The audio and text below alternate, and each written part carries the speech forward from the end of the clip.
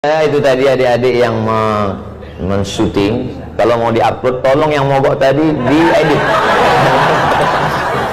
Soalnya nanti Vespa yang mogok yang dibully Pak Anies juga. Pokoknya apapun yang terjadi di Jakarta ini semua salah Pak Anies. Padahal Vespanya mogok. Setelah sampai tadi saya tanya, itu Vespanya kok mogok Ustadz Somad? Itu businya busi untuk sepeda motor balap. Dia nggak bisa pelan. Yang naik Ustadz itu kan pelan. Astagfirullah Rabbal baraya. Tapi Masya Allah tabarakallah, luar biasa kesan. Sudah lama saya tidak naik Vespa, ini udah puluhan tahun. Ternyata kalau kita ikut anak muda itu luar biasa. Kita pun ikut muda. Saya sekarang ini rasa-rasa umur 24 aja sekarang. Masya Allah tabarakallah. Ternyata saya datang tidak diminta untuk peletakan batu pertama, tapi menyaksikan tanda tangan prasasti peresmian Masjid Cut Nyak yang akan ditandatangani oleh Gubernur DKI Jakarta. Saya nggak apa-apa takbir karena udah siap. Saya berdiri di samping. Tadi fotonya udah diupload. Alhamdulillah, Pak Gubernur, Pak Komjen Pol, saya di samping. Yang lain-lain saya udah nggak lihat lagi. Kenapa masjid ini begitu hebat? Padahal kalau dilihat bangunannya biasa aja, sempit, panasnya luar biasa. Tapi kenapa orang-orang hebat ini bisa datang kemari? Apa ceritanya? Saya di mana-mana ceramah itu tidak, saya selalu apa yang ada di mulut saya sih. Saya penceramah yang tidak pandai sindir menyindir tidak. Bukan maksud saya AC ada semua, ada lengkap. Coba lihat 16 derajat Celcius. Cuman memang ini masjid sudah, kalau bahasa Melayunya, over capacity. Ini kita ini kalau menurut WHO, World Health Organization, ini sudah di luar ambang batas kewajaran. Ini kita sedang berebut-rebut oksigen ini sekarang. Ternyata masjid ini dari namanya luar biasa. Bapak Ibu, saya di rumah ada menyimpan 10 pucuk rencong. Mulai dari besi kuningan sampai yang besi berkarat, sampai besi putih, sampai dari batu giok Aceh, yang terakhir dapat saya rencong dari emas. Setiap saya pakai itu selalu saya pegang, takut jatuh. Ada di rumah. Saya bangga punya rencong, saya pajang di lemari. Terakhir saya dapat berita, ternyata apa kata orang Aceh, rencong itu senjata perempuan.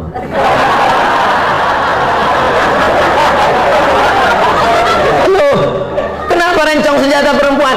Karena itu membunuh dari jarak dekat. Perempuan Aceh memegang rencong. Ketika dia lihat ada yang membahayakan kehormatannya, harga dirinya, maka dia akan tusuk dari jarak dekat, mati dalam genggaman tangannya.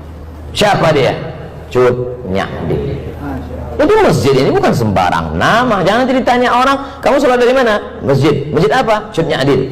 Apa filosofinya? Entah. Cut Nyadin adalah manusia perempuan luar biasa. Diasingkan dalam keadaan kena sakit malaria, dibuang dari kampung halamannya. Bagi dia lebih baik putih tulang daripada putih mata melihat tanah kelahirannya diambil oleh Belanda. Alhamdulillah Belanda sudah pulang semua karena teriakan bangsa Indonesia, takbir! Lari Belanda, tinggal terong Belanda lagi. Saya pergi ceramah ke Maulabo. Di antara tokoh di Maulabo masih Aceh juga, namanya Teku Umar. Kalau Tengku itu ulama, kalau Teku itu bangsawan, bangsa yang hidup di awan. Teku Umar bangsawan. Ketika saya minum kopi di warung di depan Masjid Islamic Center, tertulis di situ gambar Teku Umar besar. Andai aku mati, maka aku mati syahid. Andai aku hidup besok pagi, aku masih bisa minum kopi. Ternyata mereka menghadapi hidup itu simpel, tidak ribet, tidak jelimet. Hidup itu biasa aja, guys. Jangan terlalu hidup ini dibuat payah. Andai aku mati malam ini, mati syahid. andai hidup besok pagi masih bisa minum kopi. Hidup sudah pahit, jangan minum kopi pahit. Tapi jangan ditulis di baju kaos. Banyak anak muda dapat ide langsung tulis, hidup sudah pahit, jangan minum kopi pahit. Dipakai sholat berjamaah. Bahaya, teman di belakang yang senyum. Makanya kalau ke masjid jangan pakai baju yang bertulis tulisan, polos aja seperti baju saya, baju Pak Anies. Kami tidak pernah bersepakat untuk satu warna. Dia pakai baju biru, saya pakai sal biru. Memang ternyata orang kalau sehati itu memang. Saudara yang dimuliakan Allah Subhanahu wa taala, apa kelebihan masjid ini? Namanya punya kelebihan. Perjuangannya. Maka setiap orang yang sholat di sini mengambil prinsip perjuangan itu. Sedang perempuan saja tidak mau menyerah kepada Belanda, apalagi laki-laki. Kamu laki-laki apa perempuan? Gitu kalau jawab. Sekarang banyak juga laki-laki ini ketika ditanya, kalau laki-laki apa perempuan? Nah, Eka sebenarnya perempuan, terjebak di tubuh laki-laki. Kalau ada yang model-model begini, serahkan ke Komjen Pol, serahkan ke Pak Polisi supaya dilatih dia gerak jalan. Memang awal-awalnya lebih latih dia karate, dia bangkit semangat jantannya. Suruh dia lari, mungkin larinya, tapi kalau udah diikatkan di situ daging, suruh kejar anjing herder, insya Allah hilang bencongnya. Saudara yang dimuliakan Allah Subhanahu wa taala, kenapa dengan masjid Cunyadin? Ternyata masjid ini kecil tapi perjuangannya luar biasa. Disebutkan oleh Pak Gubernur tadi, kanan jalan, kiri jalan, depan jalan, belakang jalan, tapi akal tak pernah putus untuk berpikir bagaimana membangun rumah Allah. Tidak bisa ke samping, harus ke atas. Makanya pertumbuhan itu ke atas, bukan ke samping. Ke atas, tidak pernah putus asa. Ibu-ibu tadi semua di bawah, mohon maaf Bapak Gubernur, Bapak Komjen Pol, ketika saya naik tadi agak terlambat di atas. Pak Gubernur minta saya duluan, saya bilang Pak Gubernur duluan. Pak Komjen Pol, saya ini jelaskan supaya jangan sampai nanti ditulis Pak Gubernur mendahului Ustaz, kena lagi. Pak Gubernur tadi mau saya duluan, saya bilang Bapak duluan. Kemudian Pak Komjen Pol, saya bilang Pak Safrudin duluan. Kenapa Ustaz belakangan? Saya masih mau menasih kepada ibu-ibu semua. Mereka di bawah menyaksikan kita dengan layar. Pak pengurus masjid, di bawah ada layar, mereka bisa lihat kita. Alhamdulillah. Ibu-ibu yang di bawah jangan berkecil hati, karena saya ini lebih bagus di layar daripada aslinya. Al-Mukarram, Ustadz, guru-guru kita tak dapat disebut satu persatu, tapi insya Allah semuanya masuk ke dalam surga Allah. Apa kehebatan masjid ini? Ternyata setiap hari Jumat ada program makan gratis. Mudah-mudahan setelah diumumkan ini Jumat nanti semakin banyak yang nyumbang. Bukan semakin banyak yang datang bawa perut kosong. Saya dulu pernah 2 semester di UKM, University Kebangsaan Malaysia Selangor, tidak selesai karena saya dapat beasiswa ke Maroko. Lalu saya tinggalkan 2 semester di UKM. Kemarin saya pergi ke UKM, Ustaz Somad berapa lama di UKM? Saya bilang 2 semester. Ustaz kami angkat jadi alumni. Loh, saya nggak tamat, saya bilang. Peraturan baru 4 hari saja belajar suruh yang alumni. Jadi saya sekarang dianggap sebagai alumni UKM Selangor, University Kebangsaan Malaysia. Banyak yang membahagiakan saya.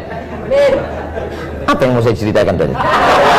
Di masjid UKM itu setiap hari Jumat, dulu waktu kami kuliah, saya paling cepat datang ke masjid. Kenapa? Karena kalau kita datang zuhur jam 12.30 baru azan, jam 12 itu ada semangka, ada pisang. Jadi ternyata memotivasi mahasiswa yang memang sulit uang belanja waktu itu. Awal-awalnya itu pemanis, tapi kata pepatah orang Melayu, Allah bisa karena biasa. Pancingan anak-anak muda, mungkin awalnya dia niatnya tidak untuk sholat Jumat. Kau datang kemari kenapa? Lapar mau makan siang. Itulah makna dakwah. Coba lihat bahasa Arab. Da'a ya'du'u da'watan. Dakwah artinya ad-da'watu ila ta'am, ngajak makan. Asal muasal kata dakwah itu ngajak makan. Makanya dulu para habaib di Jakarta ini, Al-Haddad, As-Sagab, bin Syihab, Barakbah, mereka itu kenapa majelis maulidnya ramai? Karena ada Makan. Motong kambing sampai 10-20 ekor. Itu awalnya dulu. Kiai-kiai di Jawa itu tanam padi luas, maka kalau santri-santri datang dikasih makan. Ini belum jelas nih, habisnya ada makan apa enggak?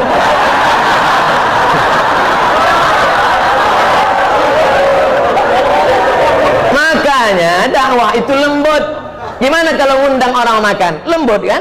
Bapak, nanti silakan datang ke rumah ya, insya Allah ada makan. Dan setelah sampai ada makanan terhidang, nyuruhnya juga lembut. Silakan makan, lembut kan? Kira-kira ada nggak orang di rumah? Makan. Mana ada? Itulah asal muasal dakwah. Jadi dakwah dalam Islam itu, apa kata Nabi? Maukah kamu aku tunjukkan suatu amal, kalau kamu lakukan kamu akan berkasih sayang. Apa dia? Afsus salam, tebarkan salam. Tebarkan salam dengan baik. Saya tadi di masjid ini sedang diajarkan betapa hebatnya Allah Subhanahu wa taala. Ada gubernur, ada DPRD, ada Bapak Komjen Pol, ada polisi, ada tokoh masyarakat. Mereka semua hebat-hebat, tapi tidak satu pun berhasil menggeser waktu sholat walaupun kurang 9 menit lagi. Apa kata pengurus? Menjelang azan maghrib, mari kita bersolawat. Salatullah, tengok belum juga. Salamullah, belum juga. Betapa agama tidak bisa diamandemen. Apa maksud Ustaz sebenarnya? Ya salam nggak bisa diganti.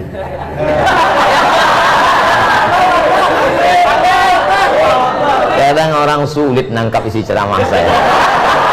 Memang gitu kalau orang cerdas ngomong, payah gitu. Saudara yang dimuliakan Allah Subhanahu wa taala, maka yang bisa kita robah itu bukan waktu sholat, bukan sesuatu yang sudah baku, tapi yang kita robah adalah yang berada bunga-bunganya, hiasan-hiasannya. Yang sebelumnya di masjid cuman ada datang sholat, datang ada makanan. Tirulah Masjid Cut Nyadin. Hai saudaraku pengurus masjid dimanapun berada, jangan bangga dengan uang kas masjid begitu banyak. Sebelum khatib naik mimbar, mari kita dengarkan dulu pengumuman dari ketua masjid. Alhamdulillah, masjid kita saat ini ada uang kas 200 juta. Bangga. Uang siapa? Bukan itu kebanggaan masjid. Perhatikan karpetnya, perhatikan tangganya, perhatikan suara. Saya semangat ceramah ini, kenapa? Suara mikrofon menggelegar. Kadang kita mau ceramah ini baru awalnya udah putus-putus. Asal mari Lur. Tapi alhamdulillah tabarakallah, bangga. Jadi uang masjid itu manfaatkan untuk kepentingan umat. Tiru masjid ini. Ustaz Somad, ini masjid ini setiap hari Jumat ada makannya. Dari mana Pak? Tidak tahu dari mana. Hamba Allah ada saja datang. Masya Allah tabarakallah. Buat pengumuman. Rumah makan yang berada di sekitar masjid, silakan setiap rumah makan kirim 10 bungkus. Awas kalau nggak ngirim. Ngajak, bukan ngejek, merangkul, bukan memukul. Wahai yang punya rumah makan, kalau kamu mau laris, mau dagangannya berkah, kirimkan. Kalau enggak, lihatlah nanti. Ada program yang luar biasa. Kadang saya melihat masjid yang megah, yang cantik, yang indah tuh kadang hati-hati juga. Di beberapa masjid saya pernah ceramah, masuk saya, karpetnya bagus sekali. Begitu saya injak, kaki saya tenggelam. Bagus sekali. Pas mau saya puji, tiba-tiba masuk kertas dari belakang.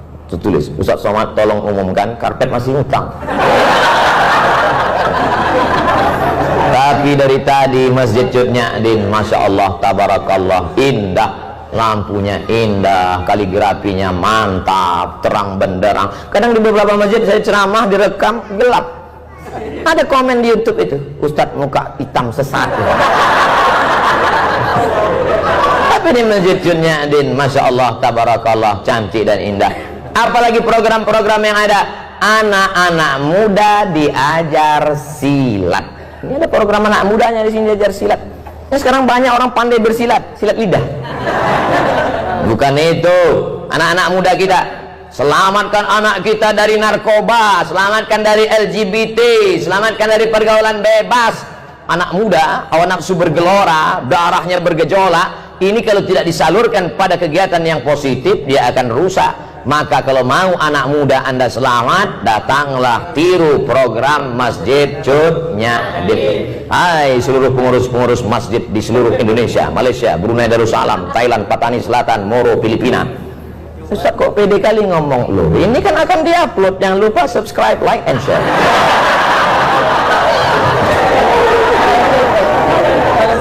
Mereka yang bingung gimana masjidnya. Mohon maaf, kita kadang berkecil hati di sebagian masjid itu. Maaf, beribu maaf, ini tidak ada terjadi di Jakarta. Adapun di Jakarta, Pak Wakil Ketua DMI tadi sudah ngasih tahu, masjid di Jakarta sholat subuhnya sudah seperti sholat Jumat. Kalau sudah sholat subuh seperti sholat Jumat, tak lama lagi Palestina akan merdeka.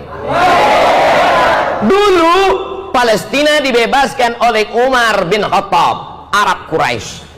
Dulu Palestina sudah dibebaskan oleh Salahuddin Al-Ayyubi, Sultan Saladin, Kurdistan, dari Kurdi. Dulu Palestina sudah dibebaskan, Konstantinopel dibebaskan oleh dia, Muhammad Al-Fatih, Turki. 3 bangsa besar sudah dapat jatah. Arab Quraisy sudah, Kurdi sudah, Turki sudah. Siapa yang belum? Orang Jakarta yang akan membebaskan Palestina, pemuda-pemuda yang istiqomah, biker subuhan. Tulis berikut ini pemasangan jaket kepada Ustadz Abdul Somad dari biker subuhan. Pakai begitu habis, pakai foto-foto. Selesai itu saya pun naik lah jam 5 subuh ke masjid. Habis itu masuk angin. Selesai dari masjid langsung ketuanya datang. Mohon maaf Pak Ustadz, iya itu tolong jaketnya dibuka lagi. Pokoknya untuk foto aja. Enggak apa-apa, tapi kita tetap bangga. Kenapa? Yang ke masjid adalah anak-anakmu. Oh, enggak, itu di Jakarta, di tempat lain menyedihkan. Yang ke masjid ini yang udah ya diintai-intai malaikat maut. Mengingat mati. Masjid kita Masya Allah tabarakallah tuh anak-anak muda berdiri. Anak muda. Gimana anak muda ini bisa berdiri? Nggak dapat tempat. Masjid aja nggak bisa masuk, apalagi di sorga.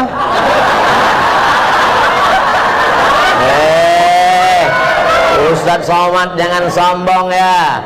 Justru orang yang sombong itu yang tidak akan masuk surga, betul? Loh, banyak yang la yadkhulul jannah, tak masuk surga man kana fi qalbihi, siapa yang dalam hatinya mithqala habbatin min khardalin min kibrin, ada sombong sebesar biji sawi. Saya akan menyampaikan ini tepat pada 7.20. Setelah itu saya mohon izin. Loh, Ustadz yang ngajak orang sholat berjamaah, apa nggak sholat isya? Saya sudah jamak takdim. Ini perlu saya jelaskan, jangan nanti jadi fitnah. Ustadz Somad diajak oleh gubernur nggak sholat isya berjamaah. Pak Gubernur lagi yang kena.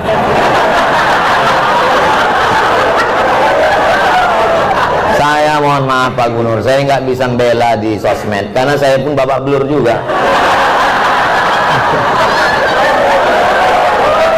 Tapi insya Allah kalau kita tidak ada dendam, tidak ada marah, semuanya enjoy, semua kritikan itu kita anggap sebagai cara orang untuk menunjukkan bahwa kita rendah di hadapan Allah Subhanahu wa Ta'ala. Saya kemana-mana kalau di Jakarta salaman, cium tangan. Orang Jakarta kalau di Sumatera cium sekali. Jakarta kalau di Riau, di tempat saya di Medan cium sekali. Jakarta cium auto reverse. Tuk tuk tuk tuk. Baju dicari, luar biasa sambutan orang Jakarta. Disambut, diberi kursi ceramah letak tinggi. Di sini aja saya ceramah berdiri.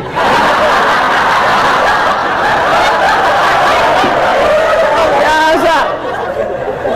Itu kalau tidak dibully orang, kalau tidak diijek orang, itu lama-lama muncul ujub kita, muncul takbur kita. Dipanggil Al-Mukarram, Al-Ustadz, Sahibul Fadilah, Profesor, Doktor, Abdul Somad, LCM. Lobang hidung hampir sebesar terowongan Mina. Tapi begitu kita dibully, diejek orang baru sadar. Di situ dia panggil aja, hei Somad, hei Tomat, hei kurus kering krempeng. Dulu awal-awalnya saya termasuk orang emosi juga. Begitu dia bully sekali, saya lapor ke Polda. Lapor Polda panggil, saya datang 2 kali, saya datang ke kejaksaan. Udah saya duduk, mana dia Pak yang bully saya kemarin? Mencret. Sejak itu saya nggak mau lapor lagi. Ternyata yang di internet bully itu pengecut semua. Pernah jumpa saya di parkiran mobil. Saya kalau di Riau nggak pernah pakai pengawal, nggak ada pakai, saya nyetir sendiri. Ketemu saya itu yang ngejek, saya kejar, pantang-panting lari. Oleh sebab itu maka Allah membela. Saya tidak pernah menyusun skenario harus begitu, harus begini. Enggak, saya belajar aja. Belajar saya ke Sudan, habis itu nulis disertasi. Sidang saya 24 Desember diumumkan oleh Profesor Dr. Umar Al-Ma'ruf Ali dengan ini. Setelah menyidangkan disertasi setebal 637 halaman, maka anak Indonesia ini melayak dapat gelar PhD, Doctor of Philosophy, dengan gelar Doctor of Philosophy Mumtaz Cum Laude gitu. Selesai bulan Desember. Bulan Januarinya terbang saya ke Brunei Darussalam, diumumkan oleh Rektor Unnisa dengan ini melantik Profesor Dr. Abdul Somad LCMA sebagai visiting professor pada Faculty of Usuluddin University Islam Sultan Syarif Ali Brunei Darussalam. Selesai, habis, itu aja kok repot. Oleh sebab itu saudara yang dimuliakan Allah SWT, jangan pernah berharap kepada manusia, jangan pernah bersandar kepada manusia, bersandarlah kepada Allah. Apa pernah saya membalas caci maki sumpah serapah di YouTube, di Instagram? Ada? Nggak ada, orang saya nggak baca.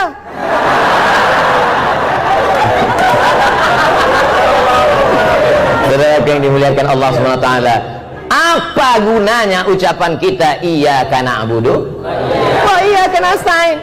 Mungkin begitu cara Allah ingin menghapuskan dosa kita, mungkin begitu cara Allah ingin mengangkat derajat kita. Bayangkan, kita tidak pernah memikirkan dia sekalipun, tapi dia memikirkan kita 24 jam, siang malam dia berpikir gimana cara membuli, gimana cara membuli. Sementara kita nggak pernah mikirkan dia walau sedetik pun. Kasihan deh lu.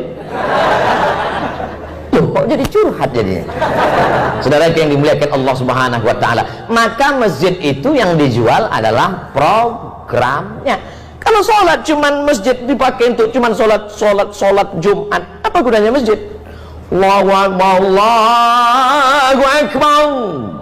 Kami pun mampir ke masjid. Saya diundang jam 4 subuh. Naik mobil dijemput, datang.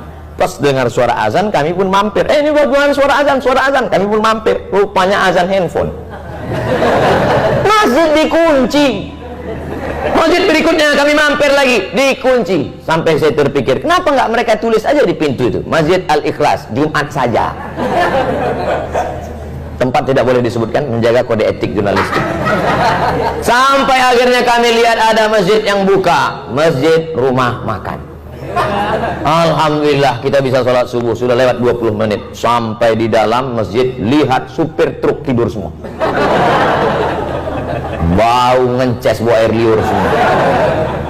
Saya panggil tim ngomong sama resepsionis rumah makan itu, kasir ngomong. Apa ngomong sama dia Pak Ustadz? Kasih tahu, ganti karpet itu, jangan biar orang tidur di masjid, bau masjid, kotor.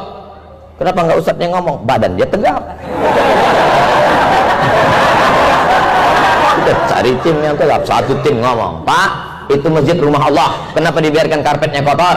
Kenapa dibiarkan orang-orang tidur di sana? Itu bukan tempat buang najis kotoran, itu adalah rumah Allah. Baik Pak, iya kami akan ganti. Kebetulan tim kita ini tegak, besar, kumisnya melintang.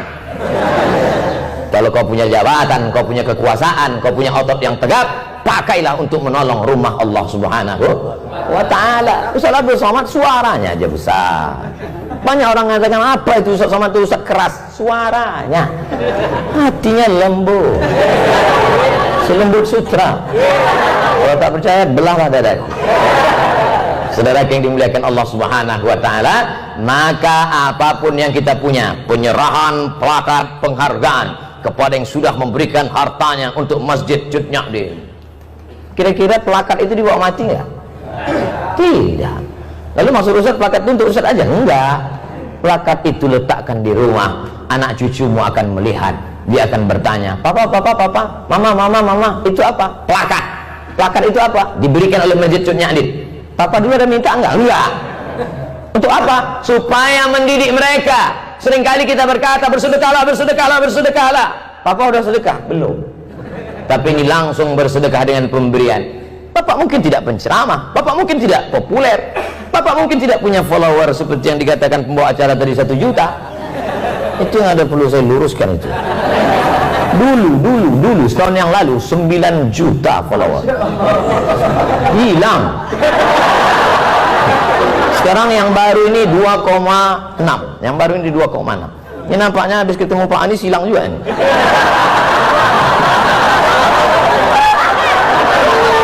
Lagi yang dimuliakan Allah SWT.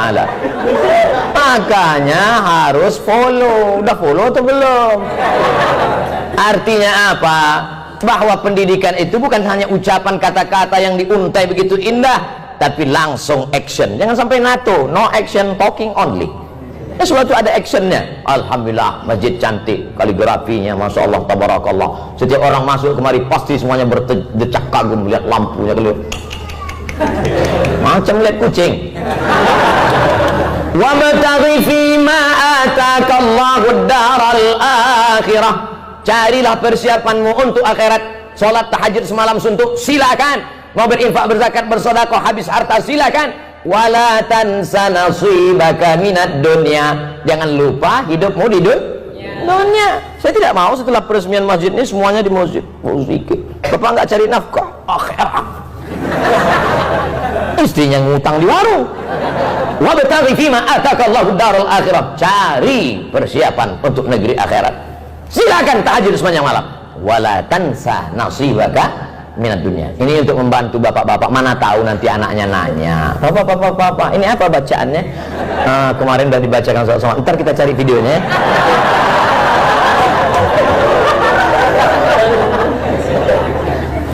Yang punya masalah dalam hidup, hidup adalah tempat masalah. Berani hidup, berani menghadapi masalah. Takut hidup, jangan.